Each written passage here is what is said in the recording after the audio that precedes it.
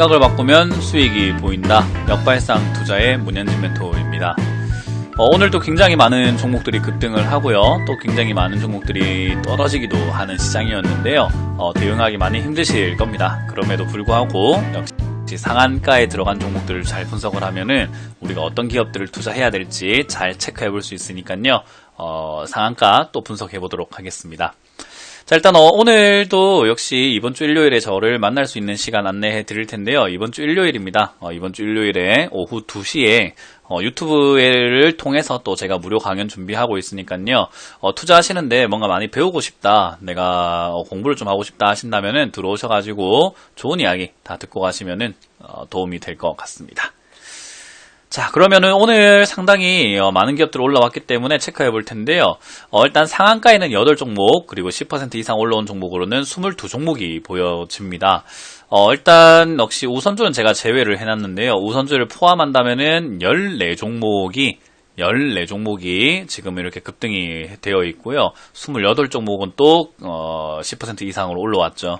그래서 지금 우선주만 하더라도 하나, 둘, 셋, 넷, 5개 이렇게 또 보여지는데, 이 우선주들이 올라오는 시장을 우리가 유심히 좀 체크를 해봐야 될 것 같은데요. SK네트워크스가 이렇게 급등했던 시장을 보면은 4월, 그리고 중순 6월쯤인 것 같아요. 여기 한번, 그리고 이렇게 11월 달에 한번, 1월, 2월쯤에 한번, 그리고 또 이렇게 지금 올라오고 있는데, 그거 외에도 지난번에 또 좀 급등해줬던 이 하나솔루션이죠. 지금 오늘도 급등했지만요. 4월 달에 이렇게 급등한 것을 확인할 수가 있어요. 마찬가지로 이제 다른 KG 동부제철도 4월 달 급등한 걸 볼 수가 있고요. 신풍제약은 최근에 이렇게 올라오고 있는 모습이고요. 그 외에 JW 중해제약도 최근에 올라오고 있지만 얘들이 지금 이렇게 급등을 하면서 거래가 많이 몰렸던 시기가 보면요, 지수가 고점이었던 시기입니다. 지수가 이렇게 고점을 찍고 중간에 반등이 이렇게 와서 꼭지를 만들고 있던 이런 시기에서 보통은 우선주들이 급등하는 경우들이 굉장히 많이 있습니다. 그건 왜 그런 일이 발생이 될까라고 본다면요. 사실 이때는 반등이 나가는 이 초입부에는 이때는 사실은 아무 종목이나 다 올라가요. 정말로 이렇게 기술적 반등을 볼 수 있기 때문에요. 근데 이제 중반부로 넘어가게 되면은 재료라고 하죠. 재료가 있는 종목들이 나오게 되고, 지금 최근으로 친다면 코로나19 때문에 급등했던 종목들과 전기차 관련주라든지 5G, 그린 뉴딜 이런 관련주들 막 재료를 다 소진하고 나면은 끝에쯤 됐을 때는 올라는 가야 되는데 재료가 없네. 이제는 뭘 해야 될까 하고 돈이 돌아야 되는데 돌 곳이 없으니까 결국에는 우선주 쪽, 품절주 쪽으로 돈이 들어가게 되는 경우들이 많습니다. 그래서 100% 그런 건 아니지만 그런 경향이 있다라는 것을 확인해 볼 때 지금 시기 조금 고점 위기가 오고 있으니까요. 그렇다고 해서 당장 내일부터 바로 이렇게 빠진다는 이야기는 아니고요. 그때도 그랬으니까요. 당장 무너지거나 한 건 아니기 때문에 당장 무너지지는 않겠지만 일단 지금 당장에는 일단 멈춰서 간다든지 조정을 넣는다든지 어쨌든 상승의 힘이 둔화가 될 가능성이 굉장히 높은 시기다라는 것을 여러분들이 명심해 주시면 좋을 것 같습니다. 자, 이제 그런 과정 속에서 오늘 제일파마홀딩스죠. 제일파마홀딩스가 급등을 했는데요. 과거에도 이제는 나파모스타트라는 이야기, 약효가 있네, 없네, 코로나 어쩌네, 저쩌네, 이런 이야기 나오면서, 그것 때문에 또 급등을 했었던 기업이기도 해요. 근데 결국 이번에도, 그런 관련주로서 또 이제 신약 개발에 대한 기대감과, 이제 그런 관련주들 좀 올라오는데, 나파모스타트라는 이, 내용이 항응고제 및 급성 췌장염 치료제라고 하죠. 근데 이제 그런 게 코로나19 치료제로 급부상했다라고 하면서 예전에 명문제약하고 같이 급등을 했었어요. 이번에도 그렇게 올라오고 있는 모습이고요. 역시 코로나19 치료제 관련주들이 지금은 기승을 부리고 있는데 좋은 모습은 아닙니다. 이게 왜 그러냐면요. 이제 코로나19라는 게 이제 코로나 바이러스잖아요. 바이러스라는 것은요, 치료제가 없어요. 이게 많은 분들이 잘 모르시는 분들이 있는데, 감기 같은 경우도 우리가 바이러스라고 하거든요. 바이러스에 감염이 돼서 우리가 아픈 거다라고 보면 되는데, 바이러스에 감염이 되다 보니까 몸이 싸우다 보니 열이 나는 거고 항체가 만들어지는 그 과정에서 이겨냈을 때 우리가 면역이 생기는 거거든요. 그래서 이 바이러스라고 하는 것은요, 약을 먹으면은 15일 만에 낫고 약을 먹지 않으면 보름 만에 낫는다라는 말이 있듯이 약을 먹으면 증상을 완화시켜주는 역할을 합니다. 그러니까 약을 먹었을 때 열이 떨어진다던가 여러 가지 그런 증상을 완화시켜주는 역할을 해요. 그래서 그거 이외에는 사실 몸에서는 그 항체와 바이러스가 계속 싸워가지고 면역을 키워내서 만들어져야 되거든요. 그래서 우리가 독감 백신, 뭐 감기 또 예방주사 이런 것들은요, 몸에 그런 바이러스를 소량 넣어서 몸이 싸워서 면역력이 생길 수 있도록 만들어주는 겁니다. 그래서 백신이라고 하는 것은 면역이 생기는 거고요. 바이러스는 치료라는 개념이 아니라 싸워서 이겨야 되는 면역의 이야기인 거죠. 그래서 우리가 많은 분들이 헷갈려 하시는 게 바이러스와 이제 세균인 거죠. 균이라고 하는 거. 뭐 우리 항생제를 먹어가지고 균을 죽인다 뭐 이런 거 있잖아요. 그래서 바이러스에 항생제 넣으면 되지 않나요 하시는 뭐 분들도 계셨는데 이제 그거는 아니다라고 보시면 돼요. 그래서 사실 치료제라는 개념은 잘 없어요. 그럼에도 불구하고 지금 치료제 관련 이야기로 너무 많은 종목들이 급등을 하고 있다 보니까 저는 개인적으로 여러분들이 혹시나 고가에 잡게 되면은 큰일이 생길까봐 약간 우려가 되고, 그리고 여러분들이 그러한 점들 조금 참고하셔가지고 투자 결정을 하시는 게 좋지 않나 싶습니다. 그래서 제일팜홀딩스도 급등을 해서 저희도 사실 뭐 오늘 이렇게 매도가 진행이 됐던 종목인데 단기적으로 매매하는 것은 나쁘진 않지만 이렇게 뭐 장기 투자를 보고 들어가신다라고 하면은 저는 좀 개인적으로 말려드립니다.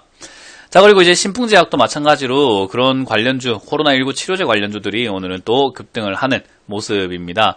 여기는 이제 뭐 파라맥스라는 약을 뭐 코로나19 치료제 임상 이상 시험 계획 승인을 받았다라는 그런 이야기 때문에 급등을 했다가 지금도 계속 올라가고 있는 모습이죠. 그래서 임상이 뭐 진행이 된다면 사실 시간이 좀 걸릴 수밖에 없는데 그럼에도 불구하고 임상 시험을 승인받았다 이야기에 이렇게 급등을 한다라는 것은 조금 아이러니하죠. 왜냐하면 임상 실패하게 되면 폭락인데 과연 실패를 하지 않을 수 있을지, 뭐 과연 성공한다고 하더라도 이미 성공했다라고 생각하고 올라간 주가이기 때문에 과연 성공을 한다 했을 때 거기서 더 부스터 해가지고 올라갈 수 있을지에 대한 의문이 남아 있습니다. 그래서 이거는 여러분들이 단기적으로 수익을 좀 잘 챙겨내시는 게 어떨까, 매도 관점으로 보시는 게 좋다라는 의견을 드릴 수 있을 것 같고요. 오늘 젠백스링크라는 기업도 급등을 했습니다. 젠백스링크는 뭐 예전부터 치매 치료제 관련주기도 하고요. 뭐 디지털 뉴딜 관련주다 뭐 이렇게 엮이기도 했었는데요. 생체 인식 테마로 오늘은 엮여가지고 급등을 했어요. 이 생체 인식 테마가 사실 뭐 여러 가지 산업에서 많이 쓰이기도 하고, 뭐 지문이라든지 뭐 홍채 인식이라든지 이런 것들이 여러 가지 산업에도 많이 쓰이기 때문에 좀 매력은 있을 수 있습니다. 그러나 주가가 이렇게까지 떨어져가지고 바닥을 기어다니는 이유는 있지 않을까요? 그래서 여러분들께서도 요거는 장기로 고생하셨던 분들은 단기적으로 매도 관점을 가지시는 게 좋을 것 같고, 지금 당장에 뭐 신규 매매로 하신다 한다면은 사실 좀 주가가 이제는 어쨌든 여기서 거래가 들어왔다라는 것은 관심도가 높아졌다라는 거기 때문에 주가가 1200원대까지 밀려주거나 조금 이렇게 저렴하게 내려왔을 때 매수 관점을 가져보자라는 의견 드립니다. 자, 그리고 아미노로직스입니다. 뭐 아미노로직스도 역시 코로나 관련주로서 조금은 역할을 해주고 있는 분위기인 것 같아요. 이제 그런 분위기가 약간 서려 있는 상황 속에서 최대 주주가 추가 지분을 좀 획득했다, 그런 이야기가 나오면서 아미노로직스 그쪽으로도 엮일 수가 있나 하면서 이렇게 많은 사람들이 또 매수세가 몰려 있는 것 같습니다.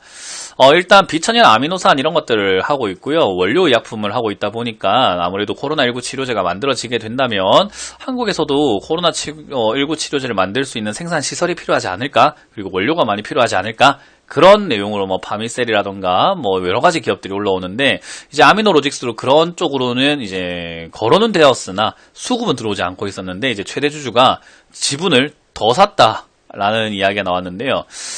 근데 이제 우리가 좀 냉정하게 살펴봐야 되는 게요, 이 지분을 얼마나 더 샀냐가 중요한 거거든요. 근데 지금 이 최대 주주는요, 사모제약입니다. 31.3%를 들고 있어요.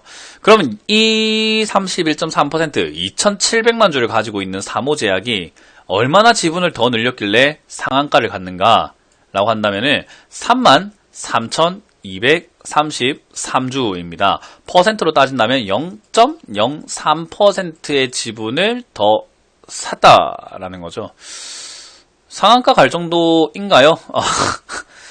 상한가 갈 정도인가요? 이거 굉장히 많이 사가지고 우와 대단하다 라고 볼 정도인지, 좀 합리적인 의심을 해보셔야 되지 않나라고 생각이 듭니다. 그래서 뉴스를 겉으로만 이렇게 잘못 너무 간단하게 체크를 하시고 들어가시는 분들이라고 한다면은 사실 지금 오늘 370만 주의 거래가 터졌거든요. 그러면서 상한가 갔는데 3만 주 꼴랑 3만 주 가지고 샀다라는 이야기 때문에 이렇게 급등을 시킬 수 있다면 굉장히 뭐 돈 벌기 쉽지 않나라는 생각을 해보네요. 3만 주 사놓고 상한가를 간다. 300만 주를 사게 만든다. 야, 뭐 이런 거에 속지 맙시다. 이런 거는 그래도 우리가 좀 투자하시는데 좀 조심하셔야 되지 않을까. 이거 얼마죠? 000 하면은 3천만 원에 2 하면 6천만 원치 샀는데요. 지금 최대 주주가 6천만 원을 더 샀는데 그거 가지고 상한가 간다? 아니 최대 주주가 뭐 10억 100억 산 것도 아니고 이런 거는 좀 문제가 있는 것 같습니다. 그래서 이런 거는 너무 이렇게 이슈화 시키는 것도 문제인 것 같고, 그리고 거기에 이렇게 달려드는 것도 또 문제지 않나. 그래서 이런 거는 조심하자라는 전략을 드리고, 단기로 이렇게 급등한 걸 수 있으니 들고 계셨던 분들 고생하셨다 하면은 본전 근처라면은 정리하시는 게 어떨까라는 조언도 드릴 수 있을 것 같네요. 자, 그리고 팅크웨어가 급등했습니다. 팅크웨어 예전부터 자동차 관련주로서 역할을 많이 했었죠. 근데 이제 최근에 현대차가 협력사를 선정했다. 그래서 1차 협력사로 팅크웨어를 선정했다라고 합니다.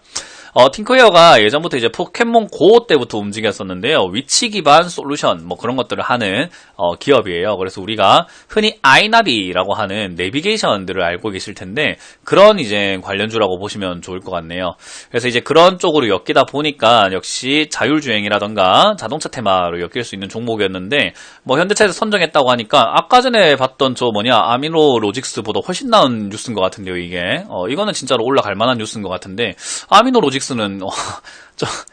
조금 그렇네요. 3만주 3만주가 너무 기억이 납니다. 자, 어쨌든 팅크웨어 이거는 좀 충분히 올라갈 만한 내용이었다 생각이 들고요. 뭐 추가 상승 여력도 있을 거라고 저는 보여집니다. 그러나 역시 이렇게 단기 이슈는 단기로 급등하고 빠졌다가 다시 뒤에 가는 경우들이 많기 때문에 올라올 때 잘 매도를 하신 다음에 떨어질 때 잘 사서 다시 또 가는 게 낫지 않나 생각을 하고요. 자동차 산업이 지금 많이 힘들지만 역시 저점이다라고 저는 생각을 하고 있어요. 자동차 산업은 지금은 힘들지만 앞으로도 힘들 것인가 라고 한다면 저는 앞으로는 개선될 것이다. 그리고 자동차가 이제 내연기관이 좀 바뀌게 되면서 이제는 연료가 바뀌게 되는 거죠. 가솔린과 디젤을 쓰는 차에서 이제는 전기차나 수소차를 쓰는 쪽으로 바뀌게 된다면 모든 사람들이 다 그렇게 하나씩 바꿔 나가지 않을까. 그러면 역시나 새로운 시장이 또 열릴 가능성이 높다라고 보여집니다. 그래서 자동차 산업은 관심을 꾸준히 가지자라는 전략을 드릴 거고요.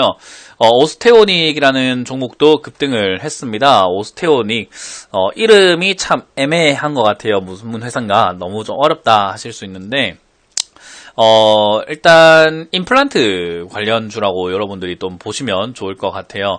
임플란트 관련주들이 지금 갑자기 이렇게 급등을 했는데 오늘 급등한 이유는 무상증자를 결정했다. 한 주당 0.5주, 그러니까 2주를 가지고 있으면 한 주를 더 주겠다라는 거거든요. 무상증자 이슈가 나오게 되면 이렇게 그 전에 급등을 하는 경우가 있고요. 무상증자 하는 날까지도 급등을 하는 경우가 생기게 됩니다. 일단 신주 배정 기준일이 6월 25일이고요. 7월 15일에 이제는 그게 또 준다라는 뉴스가 나와 있네요. 그래서 이제 그렇게 된다면은 역시나 6월 한 말 정도까지는 이렇게 올라오다가 쉬면서 진행이 될 가능성이 높다 보여지고요. 뭐 물론 빠지는 경우도 있습니다. 그래서 조심하셔야 되고요. 무상증자 관련주들은요, 준다고 할 때 그냥 이슈가 생겼을 때 급등 나올 때 매도하고 나오는 게 제일 좋은 것 같아요. 그래서 어떤 종목이든 무상증자를 받고 급등이 나온다면 시세를 이용해서 매도하고 나오는 것이 가장 좋더라라는 저의 경험과 이때까지 봐왔던 노하우를 좀 알려드리겠습니다. 그래서 6월 말 정도까지는 시세를 보면서 7,000원대에서 정리한다라고 목표를 잡고 대응하시는 게 어떨까 조언 드리고요. 뭐 제일약품은 이제 제일파마홀딩스와 함께 뭐 같이 이렇게 올라가는 그림이기 때문에 사실 뭐 큰 추가 설명이 없어도 될 것 같고요. 문제는 이제 이지바이오입니다. 이지바이오가 지금은 신규 상장 이후에 지금 계속 올라가고 있는 모습이죠. 상한가 분할 상장이 되고 이제 분할 상장이 되고 LG홀딩스하고 이지바이오로 이렇게 나뉘어가지고 상장이 되었는데 이제 신규 상장인 거죠. 상장하고 급등 점상 날아가고 있습니다. 그래서 이거는 우리가 하하 이거 어떻게 봐야 되나 싶거든요.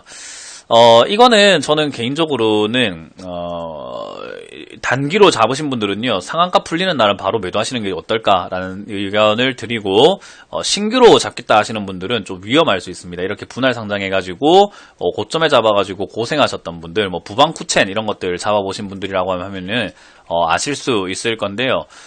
부방도 뭐 기업 지금 합병 분할할 때는 뭐 이슈가 됐었는데 그 이후로는 엄청나게 급락을 하고 있거든요. 그러니까 이런 것들처럼 분할 합병한다라고 했을 때 이제 부방이나 쿠첸을 보셨던 분들은 아마 조금 이제 쿠첸 다시 한번 했죠. 어쨌든 그런 걸 잡아보신 분들이라고 한다면은 좀 이해하지 않을까. 초기에 잘 매도하고 나오시는 것을 추천드려 봅니다. 그리고 오늘 서울 바이오시스 급락했는데요. 뭐 아주 뭐 급등락을 반복하고 있는 기업이기 때문에 급락한 것이 뭐 이상하진 않다. 그래서 이런 종목들이 요즘에 너무 많아지고 있으니까 시세 줄 때 잘 매도하자라는 전략을 드릴 수 있겠습니다. 자, 이렇게 오늘 총체적으로 다 한번 훑어봤고요. 여러분들 도움된다면 좋아요와 구독 꼭 눌러주시길 바라면서 마무리 짓겠습니다. 지금까지 문현진 멘토였습니다. 고맙습니다.